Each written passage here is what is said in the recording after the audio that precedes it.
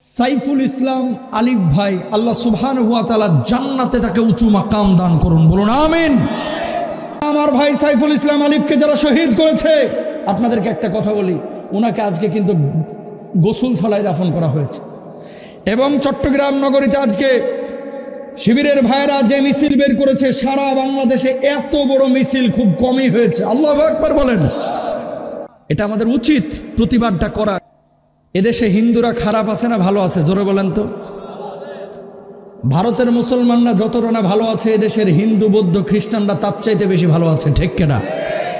5ই আগস্টের পরে মন্দিরে হামলা করার আশঙ্কা হয়েছিল, এই জন্য এদেশের আলেমরা মাদ্রাসার ছাত্ররা ফজরের নামাজ পর্যন্ত মন্দিরগুলো পাহারা দিয়েছে।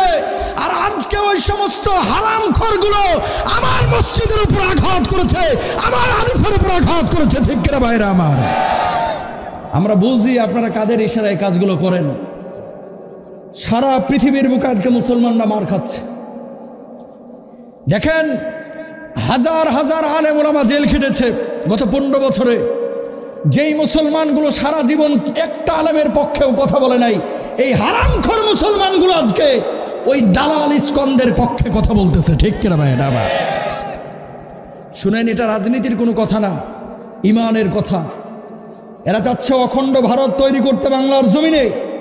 এই দেশটাকে ওরা দখলে নিয়ে ওদের ধর্মের দেশ বানাইতে চায়।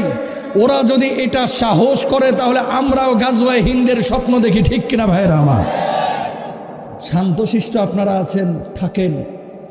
খবরদার, মুসলমানদের মসজিদ, মুসলমানদের ইমান, মুসলমানদের আখলাক, মুসলমানদের তাহজিব তামাদ্দুন নিয়ে কখনো টানা হেঁচড়া করবেন না, ঠিক কিনা মুসলমান? দুঃখজনক হলেও সত্য। দেখেন, আমি সব সময় একটা মাহফিলে একটা কথা বলি, হিন্দু ধর্ম হিন্দু পালন করুক, ইসলাম স্বাধীনতা দিয়েছে।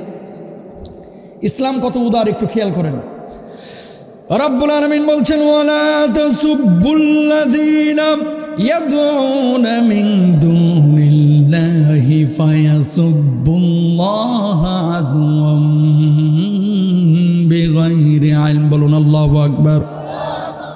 অমুসলিমরা যখন পূজা করে মন্দিরে যায়, খ্রিস্টানরা যখন গির্জায় যায়, আল্লাহ ছাড়া যখন অন্য কাউকে উপাস্যরূপে উপাস্য গ্রহণ করে ইবাদত বন্দেগী করে, তাদের ধর্মীয় রীতিনীতি অনুসরণ করেন, আল্লাহ রাব্বুল আলামিন বলছেন কোন মুসলমান যেন শত্রুতার বশবর্তী হয়ে তাদেরকে গালমন্দ না করে।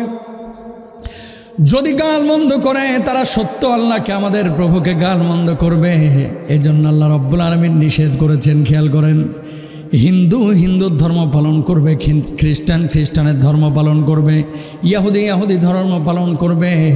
আল্লাহর দাওয়াত আপনি তার কাছে পৌঁছে দেবেন। কিন্তু রাতের অন্ধকারে মন্দিরে হামলা করা, কোনো হিন্দুর ইজি বাইক চুরি করা, কোনো হিন্দুর বাড়িঘর লুটপাট করা, কোনো হিন্দুর স্বর্ণ চুরি করা, ইসলাম এই জিনিসটাকে শুরুতেই হারাম করে দিয়েছে, ঠিক কিনা? আমি বলতে চাই, সনাতনী ধর্মের যারা অনুসারী হিন্দুদেরকে দেখো, তোমাদের ব্যাপারে তোমাদের অধিকার নিয়ে আল্লাহ রাব্বুল আলামিন কোরআনুল কারীমে কথা বলেছে, আর তোমরা মুসলমানদেরকে আঘাত করো। মুসলমান যেমন সিংহের মতো গর্জন করতে জানে, মুসলমান নরম জায়গায় নরম হয়, গরম জায়গায় গরম হয়। যখন প্রয়োজন হবে বুকের তাজা রক্ত ঢেলে আল্লাহর জমিন থেকে হারামখোরগুলোকে খেদাবে, ঠিক কিনা ভাইরা আমার? সুতরাং ইসলাম নিয়ে ষড়যন্ত্র, বাংলাদেশে জাতিগত দাঙ্গা, এলাকা ভিত্তিক দাঙ্গা তৈরি করার যে পায়তারা এই সমস্ত বদমাশগুলো করছে, আমরা সেদিকে কান দিব না ইনশাআল্লাহ। হিন্দু মুসলমানের মধ্যে মারামারি লাগাইয়া দাদা বাবুদেরকে, আর ওই যে 15 বছর যারা ছিল ওই চাষিদেরকে আবার নিয়ে আসার চিন্তা ষড়যন্ত্র চলতেছে। আল্লাহ ওদেরকে হেদায়েত দান করুক, ঠিক কিনা? আমিন বলেন। খবরদার, কোনো হিন্দু খ্রিস্টানকে এমনি এমনি মারতে যাবেন না, ইনশাআল্লাহ বলেন, আরো জোরে বলেন। তবে হ্যাঁ, আমার ভাই সাইফুল ইসলাম আলিফকে যারা শহীদ করেছে, আপনাদেরকে একটা কথা বলি, ওনাকে আজকে কিন্তু গোসল ছাড়াই দাফন করা হয়েছে। এবং চট্টগ্রাম নগরীতে আজকে শিবিরের ভাইয়েরা যে মিছিল বের করেছে, সারা বাংলাদেশে এত বড় মিছিল খুব কমই হয়েছে। আল্লাহু আকবার বলেন। এটা আমাদের উচিত প্রতিবাদটা করা, কারণ মাহফিলে আজকে এসেছি, যদি এতটুকু প্রতিবাদ করতে না পারি, আপনিও যদি প্রতিবাদ করতে না পারেন, আল্লাহর কাছে আমরা দাঁড়াইতে পারবো না, বলতেও পারবো না যে আল্লাহ আপনার ঈমান নিয়ে আমরা ছিলাম, কিন্তু আমার মুসলমান ভাইকে জবাই করেছে মুসলিম দেশে, আল্লাহ একটু প্রতিবাদও করতে পারি নাই। লজ্জাবোধ থাকা দরকার, ঠিক কিনা ভাইরা? গোসল ছাড়াই দাফন করে দিয়েছে। যারা জবাই করেছে এদের দৃষ্টান্তমূলক শাস্তি চান কি চান না? পেছন থেকে বলেন চান কি চান না? আরো জোরে বলেন চান কি চান না? আমরাও সরকারের কাছে বলতে চাই, যদি এদের বিচার বাংলার জমিনে না করা হয়, এদেশের তৌহিদি জনতা যার বিচার করবেই করবে ইনশাআল্লাহ, ঠিক কিনা? আল্লাহ তাআলা ওদেরকে হেদায়েত দান করুক। নসিবে হেদায়েত না থাকলে আল্লাহ তাআলা আযাব দিয়ে ধ্বংস করে দেয়। আমিন বলেন। দুনিয়ার জিন্দেগিতে মানুষ যখন বিপদে পড়ে মানুষের কাছে কিন্তু হাত পাতে, বুঝছেন?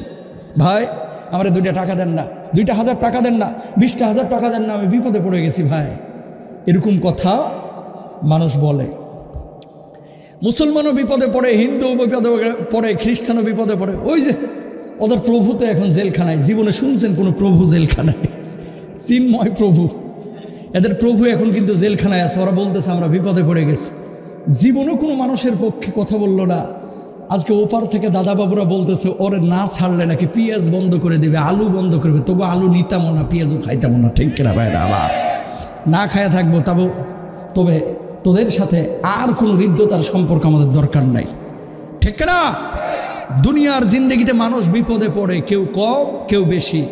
মানুষ মানুষের কাছে হাত পাতে, কোনো মানুষ মানুষকে বিনা স্বার্থে সহযোগিতা করে। কিছু মানুষ আছে দেখবেন সুদ ছাড়া গায়ের জ্বরও দিতে চায় না। এই এলাকায় সুদখোর আছে না নাই? এই আয়াতে কারিমা আল্লাহ তাআলা আপনার কাছে 2টা জিনিস চেয়েছেন। জোরে বলেন কয়টা? পেছনে মানুষ কয়টা? খেয়াল করেন কি চেয়েছেন আল্লাহ রাব্বুল আলামিন?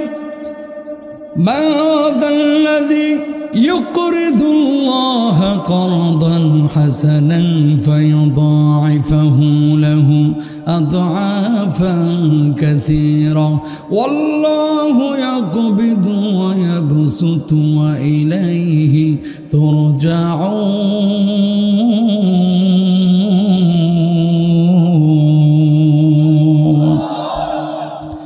আল্লাহ রাব্বুল আলামিন বললেন, যে ব্যক্তি আল্লাহ রাব্বুল আলামিনকে দুনিয়ার জিন্দেগিতে ঋণ দিবে, আল্লাহ রাব্বুল আলামিন কিয়ামতের ময়দানে তারা 2 গুণ বদলা দিবেন, 3 গুণ বদলা দিবেন, বহু গুণ বদলা বাড়ায় দিবেন। সর্বোপরি আল্লাহ রাব্বুল আলামিন ওই মানুষটার জন্য চূড়ান্ত জান্নাতের ফয়সালা করে দিবেন। বলুন সুবহানাল্লাহ। কিয়ামতের ময়দানে এক শ্রেণীর মানুষ চিন্তিত হয়ে যাবে, আজকে আমার কি হয়, আজকে আমার কি হয়। কপালগুলো ঘেমে যাবে, উদ্বিগ্ন থাকবে, চিন্তাগ্রস্ত থাকবে। এমন মুহূর্তে আল্লাহ রাব্বুল আলামিন ওই মানুষগুলোকে বলবে, গোলাম আয় আমার কাছে আয়। ওই মানুষগুলো আল্লাহ রাব্বুল আলামিনের বিচারিক আদালতের সামনে দাঁড়াবেন। আল্লাহ রাব্বুল আলামিন বলবে, বান্দারে আমি আল্লাহ রাব্বুল আলামিন আজকে বিনা হিসেবে তোদের জন্য জান্নাতের ফয়সালা করে দিলাম। যা যা যা, জান্নাতের যেই দরজা দিয়ে খুশি সেই দরজা দিয়ে জান্নাতে চলে যা। মানুষগুলো অবাক হয়ে যাবে আর বলবে, আল্লাহ দুনিয়ার জিন্দেগিতে কি এমন কাজ করেছিলাম যার জন্য আজকে জান্নাতের ফয়সালা করলেন? আল্লাহ রাব্বুল আলামিন তখন জবাব দিবে, আমি ঋণগ্রস্ত ছিলাম, ঋণ পরিশোধের চেষ্টা আমার জন্য চালিয়েছিলি। আমি অভুক্ত ছিলাম, আমার জন্য খাবারের ব্যবস্থা করেছিলি। আমার পানি ছিল না, আমার জন্য পানির ব্যবস্থা করেছিলি। হাঁটার রাস্তা ছিল না, হাঁটার রাস্তার ব্যবস্থা করেছিলি। আমার জমিনে আমার দ্বীন কায়েমের জন্য, কোরআনের আইন বাস্তবায়নের জন্য বুকের রক্ত ঢেলে দিয়েছিলি। আমি আল্লাহ রাব্বুল আলামিন সেগুলোর বদলা হিসেবে তোদের জন্য জান্নাতের ফয়সালা করে দিলাম। জোরে বলেন না সুবহানাল্লাহ। তার মানে বুকের রক্ত দেওয়া আল্লাহর জন্য, এটা আল্লাহর ঋণ দেওয়া। আল্লাহর জন্য মসজিদ বানানো মানে আল্লাহর কর্জা হাসানা দেওয়া। একজন মানুষকে খাবার খাওয়ানো মানে আল্লাহরে খাবার খাওয়ানো। একজন মানুষকে পানি দেওয়া মানে আল্লাহকে পানি দেওয়া। একজন মানুষের জন্য ছোট্ট একটা রাস্তা বানিয়ে দেওয়া। বাড়ি থেকে 1.5 হাত 2 হাত জায়গা ছেড়ে দেওয়া, নিজের জমি থেকে হাজার হাজার মানুষ যে হাঁটতেছে। এই আয়াতের তাফসীর অনুযায়ী ইসলামের ব্যাখ্যা হচ্ছে, ওই মানুষগুলো হাঁটতেছে মানে আল্লাহ রাব্বুল আলামিনের হাঁটার সুযোগ সে তৈরি করে দিয়েছে।